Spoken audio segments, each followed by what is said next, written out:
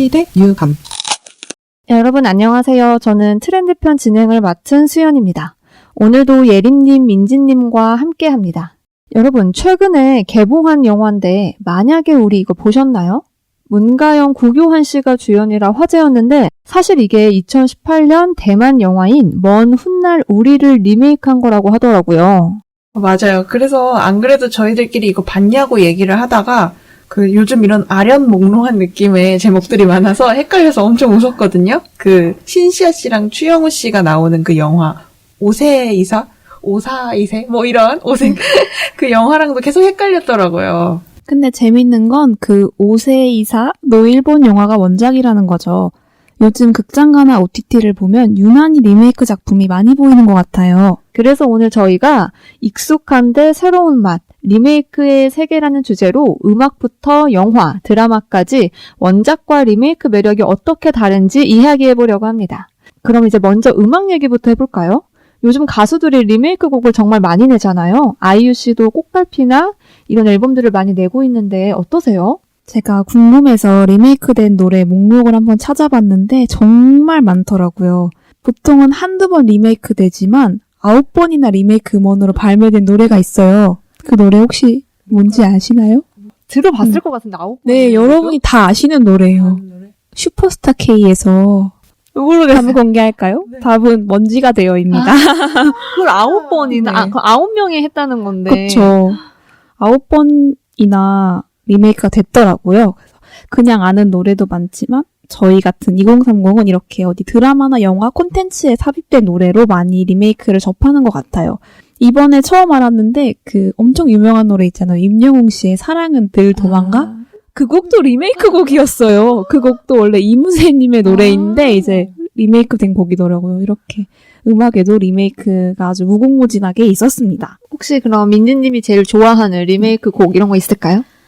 제가 좋아하는 리메이크 곡은 화이트라는 곡인데요. 이번 주에 또 마침 눈이 왔잖아요.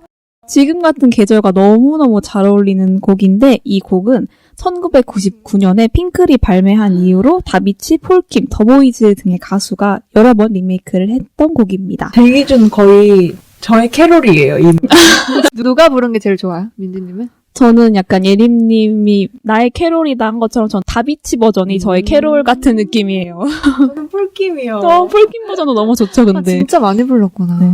근데 여러분 음악은 왜 이렇게 리메이크를 많이 하는지 아시나요? 저의 개인적인 그거로는 제가 어머니랑 가끔 드라이브를 해서 이렇게 본가에서 서울까지도 오고 그러거든요. 그때 둘 다 약간 흥미를 가지고 신나게 들을 수 있는 노래가 리메이크 노래라서 그런 매력도 있는 것 같아요.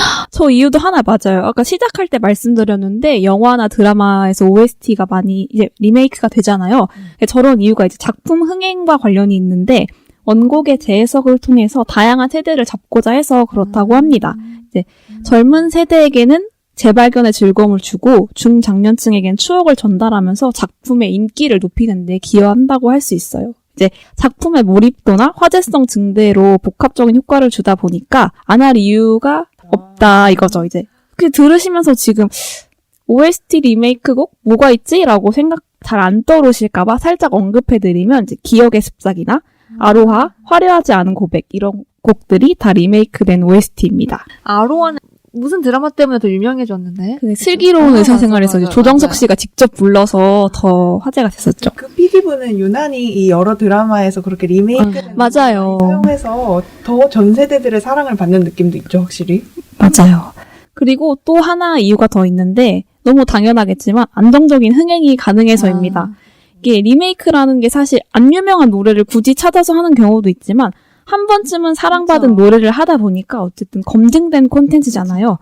제작자라고 하더라도 누군가의 기억 속에서 수십 년을 살아남은 노래이기 때문에 작사나 작곡의 완성도, 정서적 흐름 등이 이미 검증된 결과물이라는 걸 알려주기 때문에 리메이크를 택한다고 합니다. 요즘 노래에 없는 이렇게 길게 여운을 남긴 음악이 역설적으로 리메이크해서 더 강한 매력을 보여주는 거죠.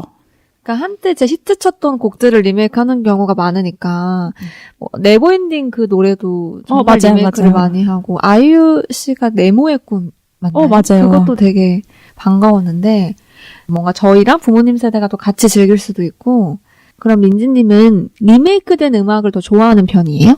저는 리메이크 음원도 좋아하는 편인데요. 그 이유는 이제 가끔 유튜브나 예능에 삽입된 노래가 너무 좋은데 예전 노래일 경우에 음질이 좀 아쉬운 경우가 있거든요. 원곡인데. 그쵸. 그 시절의 감성도 좋지만 약간 지직거림이 나진 않지만 느껴지는 그런 느낌이 있거든요. 근데 그런 게 깔끔해져서 좋고 또 좀 가끔 시대착오적인 단어가 남아있는 곡들이 있어요. 맞아요. 그런 게 수정되기도 하고 좀 깔끔한 버전을 들을 수 있다는 게 리메이크 음원의 큰 장점 같습니다. 또 기대 안 했는데 만약에 제가 좋아하는 가수가 리메이크를 해준다? 그거는 또 정말 좋은 일이죠. 민지님이 좋아하는 가수가 리메이크한 거 뭐가 있을까요? 아까도 슬쩍 언급했지만 화려하지 않은 고백이나 뭐 깊은 담을 달아서 이런 곡들이 제가 좋아하는 가수가 리메이크한 곡입니다. 누가 불렀죠? 가수 규현이 불렀습니다. 궁전으로. 네, 궁전으로. 영화 이야기로 넘어가 볼까요? 그러면은 영화 얘기는 또 약간 왓챠피디아에 하나 별점을 남겼다는 제가 한번 해보겠습니다. 일단 저는 개인적으로는 이 영화 리메이크는 특히나 영화판에서는 이제 정말 적어도 본전은 뽑아야 된다라는 생각이 좀 팽배해지면서 이런 리메이크가 더 많아진 것 같거든요. 맞아요. 아까 앞에서도 말했듯이 그냥 이제 리메이크를 하면 적어도 원작을 좋아했던 사람들을 어느 정도 어텐션을 끌 수도 있고 또 그 스토리 라인이 사람들에게 얼마나 매력적이었는지가 어느 정도는 보장이 돼 있으니까 일단 그런 면에서 좀 안전방으로 깔고 가는 면이 있다고 생각을 해요. 또 그런데 단순히 또 리메이크가 정말 그대로 가져오기보다는 음악은 어쩔 수 없이 가사나 대부분의 음색, 멜로디 라인이 같아야 된다면 영화는 아무래도 시간이 더 훨씬 길기 때문에 조금은 다르게 차용을 하는 경우도 많거든요. 그래서 여러분이 가장 잘 알고 계실, 그리고 저도 뭐 영화를 잘하는 건 아니기 때문에 뭐 봉준호 감독님이나 박찬욱 감독님 같은 경우에도 이제 원작을 모티브로 한 그런 리메이크를 해서 영화를 만든 경우가 되게 많아요. 박찬욱 감독 같은 경우에는 아마 여러분이 제일 잘 아시는 올드보이 같은 경우가 제일 리메이크에 가까울 것 같아요. 올드보이가 뭔데 싶으시면 최민식 씨가 다쳐가지고 한 15년 동안 군만두만 먹는 그런 영화거든요. 그 올드보이 영화가 리메이크된 영화인 거예요? 네, 원작이 따로. 저 이번에 처음 알았어요. 저거 당연히 그게 처음. 원작인 줄 네. 알았죠? 그러니까 일본의 만화가 원작이고 아. 네. 그런데 이제 약간의 차이는 있어요. 예를 들어서 그 최민식 씨가 갇히게 된 계기도 영화에서는 그 유지태 씨와 관련돼서 뭔가 좀 가족과 관련된 이야기를 소문을 퍼뜨린 게 계기가 됐다면 만화에서는 그것보다 훨씬 사서해요. 약간 우리들은 이게 뭐야 싶을 정도로 그 유지태 씨의 역할이 만화상에서는 약간 따돌림을 당하는 친구인데 그 친구가 학급에서 노래를 부르는 그런 실기 시험을 보는데 다른 사람들이 막 웃어요. 킥킥거리면서. 근데 그 최민식 역할만 뭔가 거기서 뭔가를 깨달아서 눈물을 흘리거든요. 그 시절에. 그런데 그걸 보고 그 유지태 씨 역할이 뭔가 안 이꾸어서 그게 앙심이 생겨서 시험을 두게 되는 좀 그런 식으로 차이가 있긴 합니다. 그럼 영화로 만든 건 박찬욱 감독이 만든 거긴 해요? 영화화한 거는 박찬욱 감독이 이렇게 한 거고요. 그 외에도 여러분이 잘 알고 계실 그 영화 아가씨도 영국 소설 핑거 스미스를 모티브로 했고 박쥐라는 영화도 있었어요. 여러분이 아실지 모르겠지만 이것도 송강호 씨가 송강호 씨의 비주얼을 이렇게 쓰다니 긍정적인 버전이었던 박쥐도 프랑스 소설 테레즈 라캥이라는 원작을 가지고는 있어요. 그런데 아무래도 아까 말했던 그 올드보이보다는 좀 더 모티브를 얻었다, 원작이 이거다에 가깝긴 하지만 어쨌든 이런 식으로 다양한 작품들을 좀 리메이크한 경우가 많아요. 사실 봉준호 감독도 그렇고 박찬욱 감독도 그렇고 특히 봉준호 감독이 최근에 만들었던 미키 17 같은 경우에도 원작이 있잖아요. 그렇죠. 그래서 이제 영화판에서는 사실 이 리메이크라고 해도 완전히 똑같이 따라하진 않기 때문에 어느 정도 변주가 있는 편이거든요, 대부분은. 이게 저는 흑백요리사 1 보셨나요? 봤습니다. 봤죠. 그 흑백요리사 1의 두부지옥이랑 좀 비슷한 느낌이라는 생각을 들었어요. 사실 오히려 이제 시즌 2 같은 경우에서는 모든 재료가 프리한 경우가 있었거든요. 그때 맞아요. 많은 셰프들이 하는 말이 오히려 너무 뭐가 많으니까 뭘 할지 전혀 갈피가 안 잡히고 괜히 조바심만 생긴다라고 했었거든요.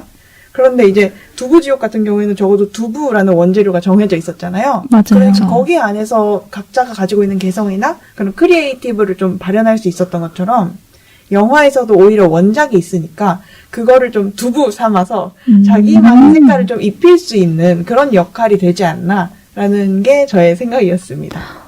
맞아요. 아까 원작 소개를 들으니까 그러니까 비슷한 느낌인데 전혀 다른 스토리 같아서 좀 흥미로운 것 같아요. 근데 저는 그 얘기 들어보니까 음악도 그렇고 영화도 그렇고 원작이 어느 정도 이제 흥행이 돼서 리메이크를 하는 경우가 많긴 한데 리메이크 만드는 사람 입장으로서는 훨씬 더 부담이 엄청 클 것 같긴 해요. 이미 이 소재 자체는 많은 사람들한테 관심을 받고 사랑을 받았는데 또 한 번 사람들이 똑같은 소재임에도 불구하고 그 정도의 사랑을 보내줄지 그거에 대해서 굉장히 부담은 훨씬 클 것 같긴 합니다.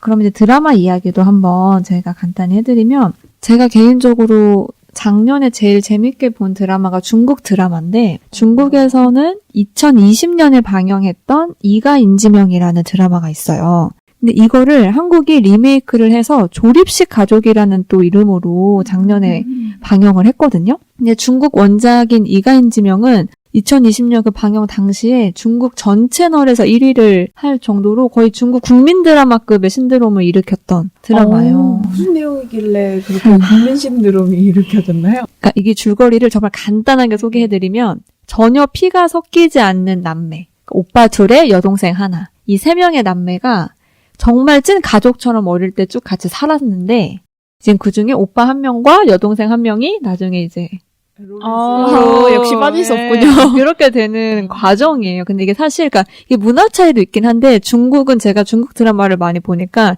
이런 관계성이 굉장히 많아요. 어릴 때 혈연이 아님에도 정말 찐 가족처럼 지내다가 나중에 연인으로 발전하는 경우가 굉장히 많은데 사실 우리나라 정서랑은 조금 안 맞을 수도 있기는 한데 어쨌든 우리나라도 이걸 작년에 리메이크를 해서 조립식 가족이라는 드라마로 했고 조립식 가족 드라마의 여주인공은 정채연 그리고 남자 주인공은 황인엽이었는데 사실 중국 드라마는 이게 40부작이에요. 근데 우리나라는 대한민국 미니시리즈답게 16부작으로 만들었다 보니까 확실히 어릴 때부터 찐 남매, 진짜 그 친가족같이 서로를 소중히 여기고 서로가 서로한테 없어서는 안 되는 정말 의지하는 그런 돈독한 관계였는데 그거에 대한 설정이 조금 부족하게 그려졌던 것 같아요. 아무래도 회차도 적고 하다 보니까. 그래서 왜 저 주인공 둘이 저렇게까지 서로 없으면 안 될 존재지? 왜 저렇게까지 빠르게 사랑을 서로 하게 됐을까에 대한 질문이 조금 생겼던 것 같은데 어쨌든 나라나 정서 이런 게 다르다 보니까 리메이크 작품하고 원작하고 굉장히 좀 차이가 많았던 것 같고 매력도 되게 달랐던 부분이 많았던 것 같아요. 미니 시리즈 같은 경우에는 안 그래도 회차도 적고 또 요즘 드라마의 요즘 속도가 옛날에 일단 요즘 저희가 생각하는 그런 문명특급에 나오는 드라마 같은 경우는 한 7화쯤이 이제 키스씬 나오거나 뭐 그런 거거든요. 7화쯤에 한번 싸우거나. 근데 이제 요즘은 거의 1, 2화 만에 막 키스씬이 나오기도 하고 그러는데 진짜. 그 짧은 텀 내에 우리가 가족 같았는데 이제 가족이 아니게 됐다까지 나오려면 좀 맞아요. 어려울 것 같긴 해요. 그리고 또 사실 이 드라마의 매력 포인트가 남자 주인공, 여자 주인공 이 두 주인공들의 아빠 이야기예요. 그러니까 각 아빠들이 와이프들이 없어요. 왜요?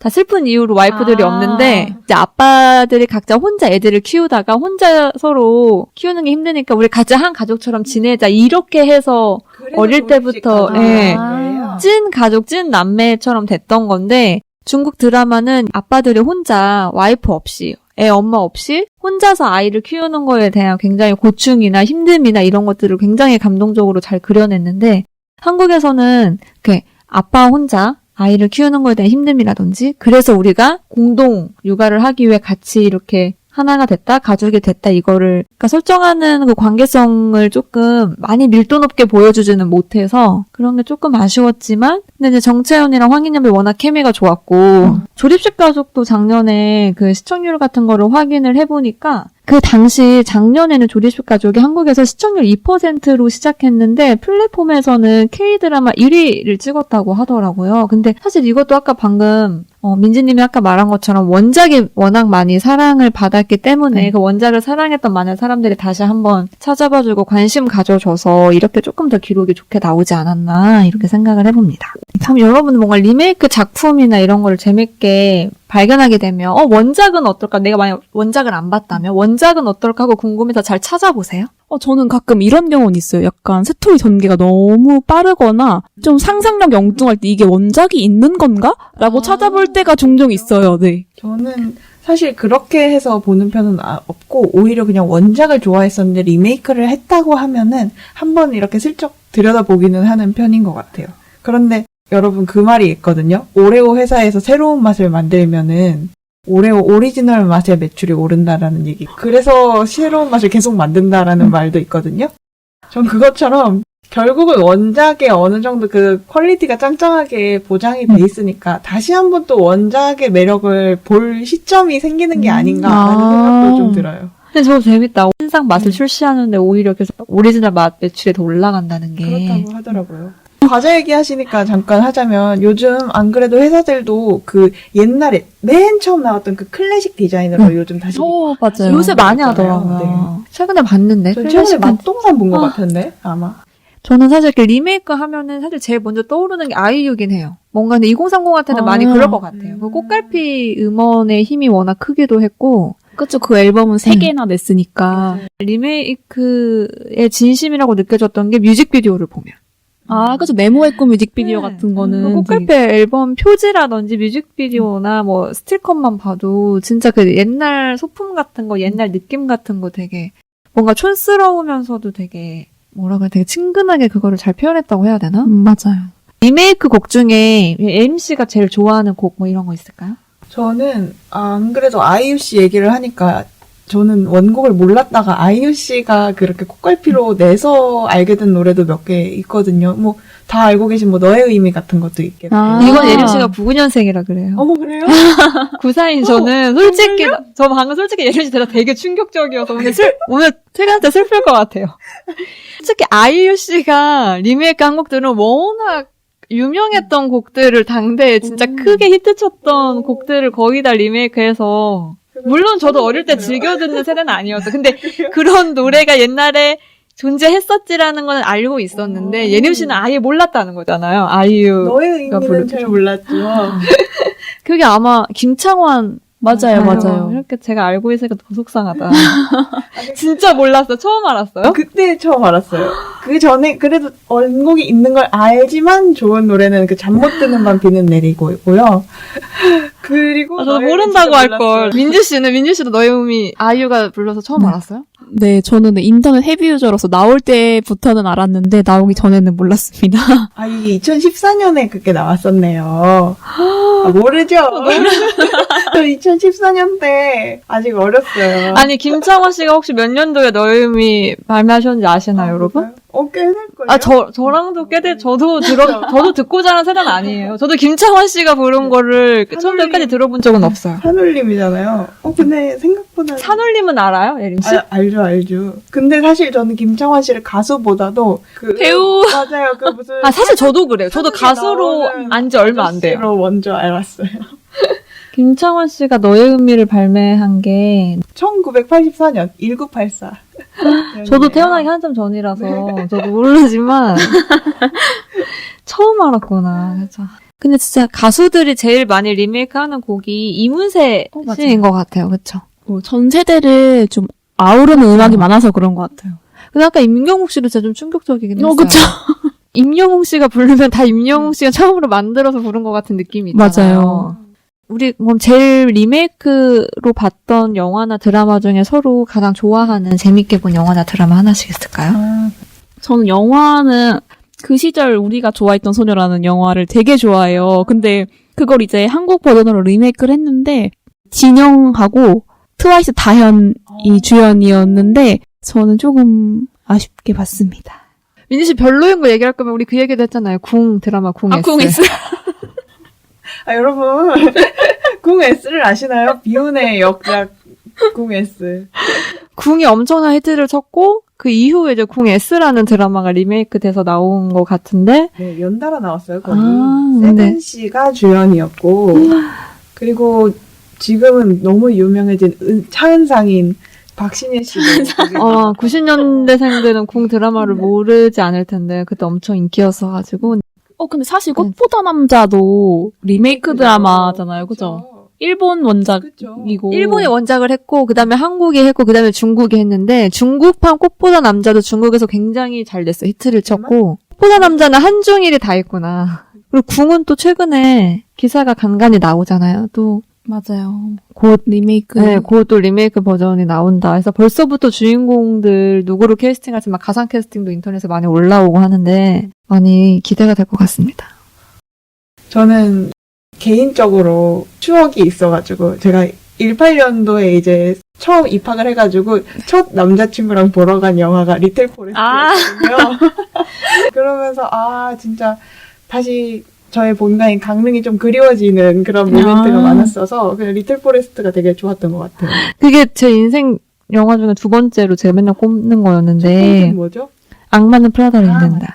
여러분 곧 4월에 악마는 프라다 입는다 2가 나온다고 제가 그거 손꼽아 기다리고 있어서 저는 그 영화 개봉하는 날 무조건 몇 요일이 됐든 첫날 휴가 내고 혼자 보고 오려고. 그러실 것 같았어요. 그래서 지금 손꼽아 기다리고 있어가지고 혼자 보고. 그럼 리틀 포레스트는 예림 씨는 네. 그 원작이 일본이잖아요. 일본 것도 혹시 보셨나요? 네, 그렇게 보고 나서 기숙사 언니가 뭘 난리를 치든 말든 이어폰을 꽂고 리틀 포레스트 1, 2를 다 봤습니다. 아마 일본 편은 그게 계절로 나누어서 맞아요. 이렇게 두 편이 있었거든요. 여름, 가을 편, 네. 그리고 봄, 겨울 편 이렇게 나눴더라고요. 근데 한국은 봄, 여름, 가을, 겨울을 4계절을 4번을 한 작품에 담아서 크랭크업도 다 4번씩 해서 찍었다고 하더라고요.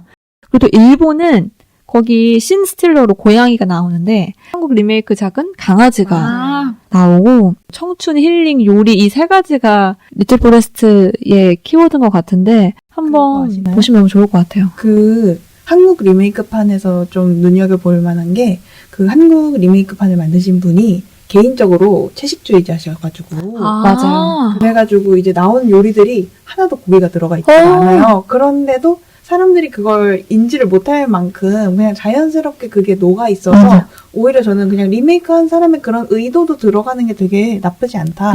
되게 신선했고 제일 저에게 개인적으로 좀 매력적이었던 거는 아카시아 꽃 튀김이 나오거든요. 맞아요. 먹어보고 싶다. 근데 이게 대박인 게 일본 원작도 그렇고 한국 리메이크작도 그렇고 일본 작가분이 직접 만들어 먹으신 요리들이 영화에 나온 거고 한국도 그 작가분이 직접 만들어 보신 음식들로 영화에 노출을 한 거래요.